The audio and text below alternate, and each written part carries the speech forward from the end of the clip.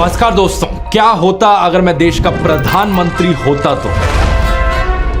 मैंने अपने बहुत से वीडियोस में अलग अलग मुद्दों पर सरकार की आलोचना करी है, जहां जहां मुझे लगा कि कुछ गलत हुआ। Hello everyone, welcome back to very creation. जी हाँ दोस्तों, ध्रुव राठी की एक न्यू वीडियो आई है। उसमें बताया कि अगर वो इंडिया के प्रेसिडेंट्स होते तो क्या होता। तो दोस्तों ये वीडियो देते हैं, अभी अपलोड हुई है, तो इस पर रिएक्शन करते हैं। लिंक वीडियो का वहां से भी देख सकते हैं, तो हमारे साथ भी देख सकते हैं। तो फटाफट वीडियो पर रिएक्शन करते हैं, फिर बात। नमस्कार दोस्तों, क्या होता अगर मैं देश का प्रधानमंत्री होता तो। मैंने अपने बहुत से वीडियोस में अलग अलग मुद्दों पर सरकार की आलोचना करी है, जहां जहां मुझे लगा कि कुछ गलत हुआ है वहां वहां सवाल उठाया है। लेकिन एक सवाल तो यह भी बनता है कि अगर मैं सरकार की जगह होता तो मैं क्या करता। देखो, वैसे तो अभी के लिए पॉलिटिक्स में आने में मेरी ऐसी कोई ख्वाहिश नहीं है, लेकिन अगर हमें देश को सही मायनों में बेहतर बनाना है तो इस सवाल पर विस्तार में बात करनी जरूरी है। क्योंकि सपने पूरे होने के लिए हमें पहले सपने देखना जरूरी है। कैसा होगा हमारे सपनों का देश, उसके लिए क्या कुछ किया जाना चाहिए, आइए जानते हैं आज के स्पेशल वीडियो में। मैं ध्रुव राठी सत्य निष्ठा के साथ शपथ लेता हूं कि विधि द्वारा स्थापित भारत के संविधान के प्रति सच्ची श्रद्धा और निष्ठा रखूंगा तथा मैं भय और पक्षपात, अनुराग या द्वेष के बिना सभी प्रकार के लोगों के प्रति संविधान और विधि के अनुसार न्याय करूंगा।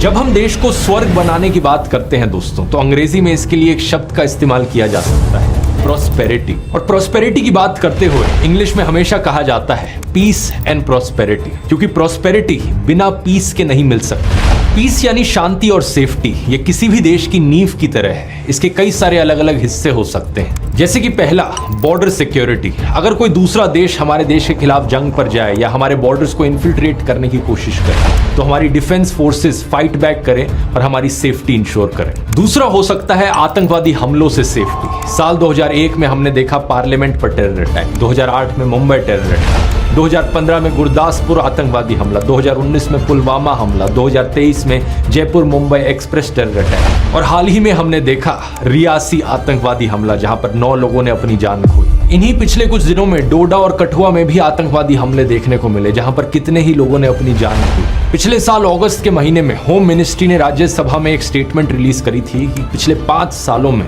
761 आतंकवादी हमले देखने को मिले जम्मू एंड कश्मीर में, जिसकी वजह से 174 लोग मारे गए। हमें इन सभी तरीकों के आतंकवाद से सेफ्टी चाहिए। तीसरा है दंगे, धर्म के नाम पर या एथनिसिटी के नाम पर क्लैशेस, जैसे कि 2020 में दिल्ली के दंगे हुए। 2022 में उस वक्त के minister of state for home affairs Nityanand Rai ने एनसीआरबी डेटा के अनुसार बताया कि 2017 और 2021 के बीच में 2900 से ज्यादा कम्युनल और रिलीजियस राइटिंग के केसेस रजिस्टर किए गए थे देश में। फरवरी के महीने में मणिपुर के गवर्नर ने बताया 219 से ज्यादा लोग मारे जा चुके हैं, 10,000 से ज्यादा एफआईआर रजिस्टर कराई जा चुकी हैं और 60,000 से ज्यादा लोग डिस्प्लेस हो चुके हैं अपने ही देश में।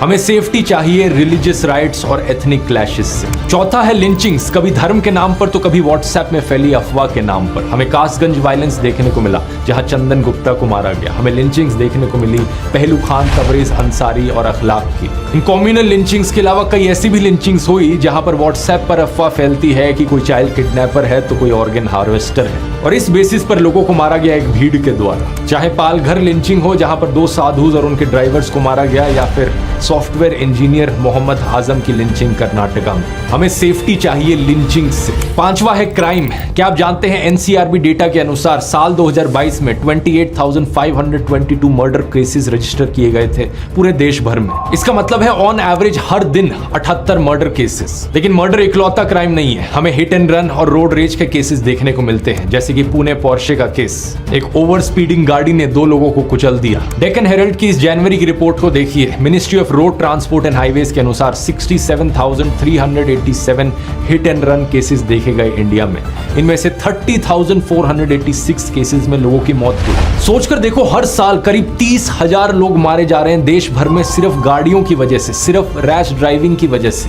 छठा है एक्सीडेंट्स, और भी अलग अलग तरीके के एक्सीडेंट्स होते हैं इसके अलावा। कुछ हफ्ते पहले की दैनिक भास्कर की रिपोर्ट की हेडलाइन देखो, ना जांच ना ऑडिट, देश की बड़ी इमारतों में 2.5 साल में 1177 जाने गई। 2021 की टाइम्स ऑफ इंडिया की इस रिपोर्ट को भी देखो। इंडिया में हर दिन कम से कम 2 लोग मरते हैं ओपन पिट्स और मैनहोल्स की वजह से। एनसीआरबी डेटा के अनुसार 2015 और 2020 के बीच में टोटल में 5393 लोगों ने अपनी जान खोई गड्ढों में गिरकर। फिर है रेलवे एक्सीडेंट्स, कहीं पर ट्रेनों की डिरेलमेंट हो जाती है तो कहीं पर टकराव होता है। पिछले साल हमने देखा सबसे भयानक ट्रेन एक्सीडेंट जहां पे ऑलमोस्ट 300 लोगों की जान गई। डेटा के अनुसार पिछले 60 सालों में नंबर ऑफ रेलवे एक्सीडेंट्स धीरे धीरे कम होते गए हैं, जो कि अच्छी चीज है। लेकिन टेक्नोलॉजी जितनी तेजी से इंप्रूव हुई है उस हिसाब से तो आज के दिन ऑलमोस्ट 0 रेलवे एक्सीडेंट्स देखने को मिलने चाहिए थे हमें। और ट्रेनों का एक्सीडेंट्स तो छोड़ो, जानते हो कितने लोग अपनी जान खोते हैं हर साल रेलवे ट्रैक्स को क्रॉस करते हुए? जनवरी 2024 में गवर्नमेंट रेलवे पुलिस ने यह डेटा प्रोवाइड किया।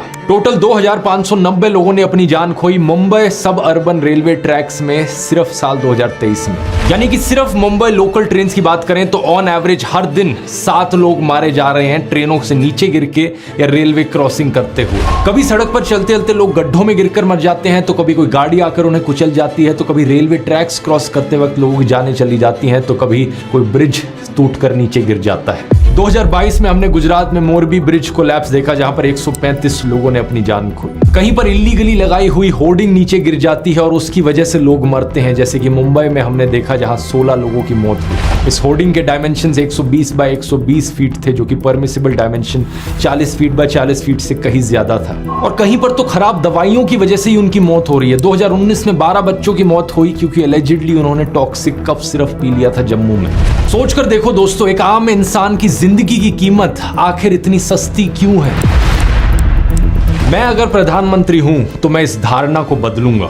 किसी भी आम इंसान की जान की कीमत उतनी ही होनी चाहिए जितनी कि मेरी यानी भारत के प्रधानमंत्री की। हमारा देश 1947 में आजाद हो गया था, 1950 में हमारा संविधान लागू हुआ, लेकिन आज 2024 में भी कई लोग ऐसे हैं जिनके दिमाग में वही कॉलोनियलिज्म, वही फ्यूडलिज्म भरा हुआ है। इन लोगों के लिए बात हजम करनी बड़ी मुश्किल है कि एक आम मजदूर की, एक गरीब मजदूर की जान की वही कीमत कैसे हो सकती है जो भारत के प्रधानमंत्री या किसी बड़े अरबपति सेठ की जान की कीमत है। लेकिन जरा सोचकर देखिए, चाहे आप प्रधानमंत्री हो या कोई बड़े अरबपति सेठ हो या कोई गरीब मजदूर या एक मिडिल क्लास आदमी, अपने परिवार के लिए तो हर कोई उतना ही खास होता है ना। और संविधान की नजरों में भी ऐसा ही होता है। हमारे संविधान का आर्टिकल 14 है राइट टू इक्वालिटी, जिसके मुताबिक कानून की नजरों में हर कोई बराबर है। और सेकेंडली, देश में रहने वाले हर एक इंसान को लॉ की इक्वल प्रोटेक्शन मिलेगी। मैं इंश्योर करूंगा प्रधानमंत्री होने के नाते कि इस चीज को इंप्लीमेंट किया जाए, सेफ्टी और सिक्योरिटी हर किसी के लिए हो, क्योंकि जान है तो जहां है। आप पूछोगे लेकिन मेरे पास एग्जैक्टली सॉल्यूशन क्या है? अभी तक तो मैं सिर्फ प्रॉब्लम्स ही गिनाए जा रहा हूं, लेकिन सच बात यह है दोस्तों कि सॉल्यूशन की पहली स्टेप यही है, प्रॉब्लम को डायग्नोस करना। जब आप बीमार होते हैं और डॉक्टर के पास जाते हैं बीमारी को ठीक कराने के लिए, तो डॉक्टर सबसे पहली चीज क्या करता है? देखता है कि एग्जैक्टली कौन सी बीमारी है आपकी प्रॉब्लम का डायग्नोसिस लेता है वो, क्योंकि जब तक बीमारी नहीं पता होगी तब तक दवाई देने का कोई फायदा नहीं है। 99% केसेस में अगर आप कोई भी दवाई दे दोगे तो उससे प्रॉब्लम सॉल्व नहीं होगी। यही चीज आपकी जिंदगी के लिए भी एप्लीकेबल है। जो भी चैलेंजेस आप अपनी लाइफ में फेस कर रहे हो, उन्हें ओवरकम करने के लिए सबसे पहली स्टेप है उन्हें आइडेंटिफाई करो।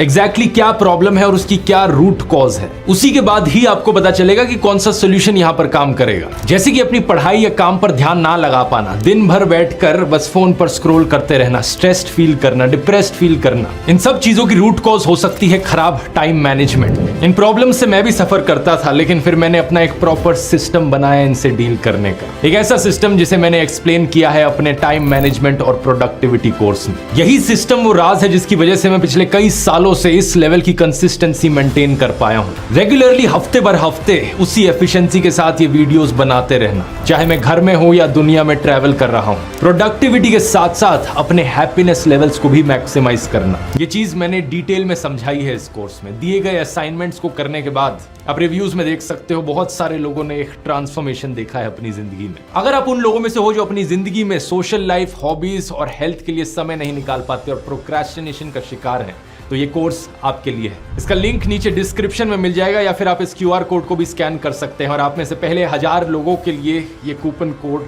PM 40% ऑफ पाने के लिए। इस कोर्स को लेकर सबसे बड़ी कंप्लेन लोगों की ये रही थी कि ये कोर्स सिर्फ इंग्लिश लैंग्वेज में ही क्यों अवेलेबल है। तो यहां भी एक खुशखबरी देना चाहूंगा, अगस्त 2024 में इस कोर्स का हिंदी वर्जन भी रिलीज किया जाएगा। आप में से जो लोग इस कोर्स को ऑलरेडी खरीद चुके हैं या फिर इस वीडियो को देखने के बाद खरीदेंगे, उन सब के लिए हिंदी वर्जन कंप्लीटली फ्री होगा। ध्रुव राठी एकेडमी पर आप इसे फ्रीली एक्सेस कर पाएंगे अगस्त के महीने के बाद से, तो जाकर चेकआउट कर सकते हैं। और अब टॉपिक पर वापस आते हैं।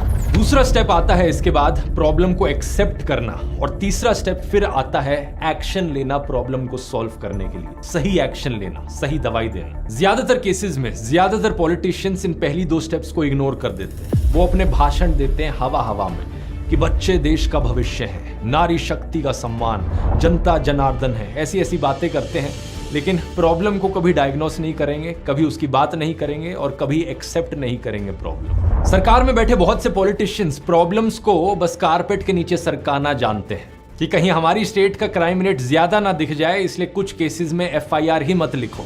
2018 की इस न्यूज को देखिए। शाहजहांपुर में 28 साल की एक औरत ने अपने ऊपर आग लगा दी। उसके हस्बैंड ने एलेज किया कि विनय कुमार नाम के एक आदमी ने उसका रेप किया था और पुलिस ने FIR दर्ज करने से मना कर दिया था। उसकी वजह से उसने आत्महत्या करी। 2019 की इस न्यूज को देखिए। जब पुलिस वालों ने गैंगरेप पर FIR करने से मना कर दिया तो लड़की ने आत्महत्या कर ली।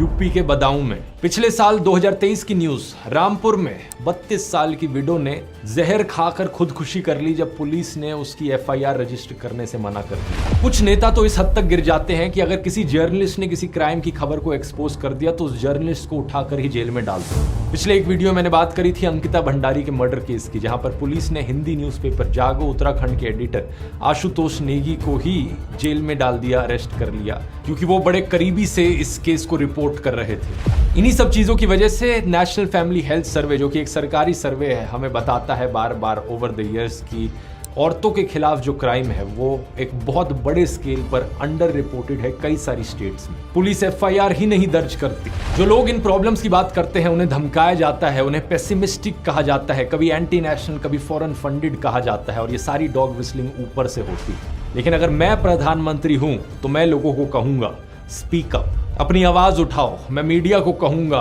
अपनी आवाज उठाओ, रिपोर्ट करो इन सारे सेफ्टी इश्यूज पर जो देखने को मिल रहे हैं। ये सारे क्राइम के इंसिडेंट्स, टेररिज्म के incidents, communal riots, ethnic clashes, lynchings, ये सारे केसेस जहां लोग गड्ढों में गिरकर मर रहे हैं, कभी टूटे हुए ब्रिजेस के नीचे आकर मर रहे हैं, तो कभी खराब दवाइयों की वजह से मर रहे हैं। इन सब चीजों पर रिपोर्ट करो और डरो मत, क्योंकि मैं आपको बचाऊंगा। क्योंकि मैं जानता हूं इन प्रॉब्लम्स को सॉल्व करने की पहली स्टेप है इन प्रॉब्लम्स को डायग्नोस करना। तो क्या मीडिया को आपसे डरना चाहिए? पहली बात है, अगर उनको किसी से डर लगता है तो क्षेत्र छोड़ देना चाहिए। लोकतंत्र में मीडिया अगर ताकतवर नहीं होगा तो लोकतंत्र चलेगा नहीं, और ऐसा डरपोक मीडिया देश को नहीं चाहिए। भाग जाने वाला नहीं चाहिए मीडिया, मजबूत मीडिया चाहिए, डट करके खड़ा रहे। कितना ही बड़ा तिस्मार खां के राजनेता आया हो तो भी खड़ा रहे, ऐसा मीडिया चाहिए। भागने वाली बात मत करो भाई, और भागते हो तो मुझे कहना, मैं मदद करूंगा, बचाऊंगा।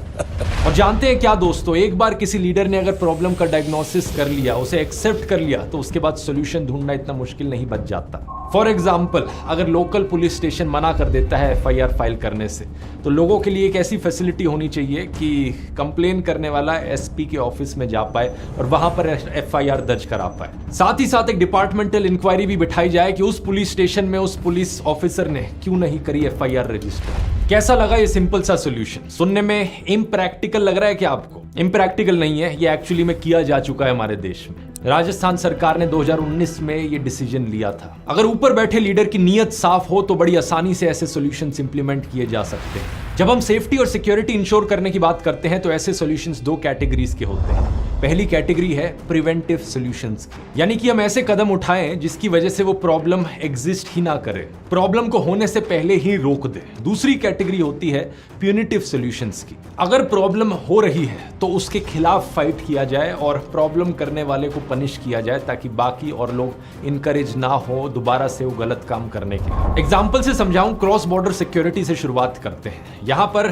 प्रिवेंटिव सॉल्यूशन क्या हो सकता है? एक इफेक्टिव फॉरेन पॉलिसी होना, हमारे सारे आसपास के पड़ोसी देशों से अच्छे रिलेशंस बनाना। Former prime minister Atal Bihari Vajpayee ने बड़े फेमसली कहा था, we can choose our friends but not our neighbours, यानी कि हम अपने दोस्त चुन सकते हैं लेकिन पड़ोसी नहीं। तो मेरी सरकार पूरी कोशिश करेगी कि सभी आसपास के देशों से अच्छे रिलेशंस बने ताकि कोई बॉर्डर क्लैशेस ना हमें देखने को मिले। लेकिन अगर किसी भी कारण से ऐसा नहीं होता तो हमारे देश को तैयार रहना चाहिए किसी भी हमले को काउंटर करने के लिए। जिन भी चीजों की जरूरत है इंडियन आर्म्ड फोर्सेस को, वो उन्हें दी जाए। बंदूक, मशीन गन, राइफल, एम्यूनेशन, गोली बारूद, bullet proof jackets, protective headgear, camouflage uniforms, night vision goggles, bomb disposal robot, naval ships, torpedo, submarines, fighter aircraft, helicopter, radar, ये सब ना सिर्फ अवेलेबल हो बल्कि रेडिली अवेलेबल हो। कुछ दूसरे देशों से खरीदने की जरूरत होगी तो वो सही, लेकिन साथ ही कोशिश की जाए इंटरनल मैन्युफैक्चरिंग की, दूसरे देशों से टेक्नोलॉजी आउटसोर्स हो और अपने देश में चीजों को मैन्युफैक्चर किया जाए। साथ ही साथ डिफेंस रिसर्च में खर्च किए जाने वाला पैसा बढ़ाया जाए।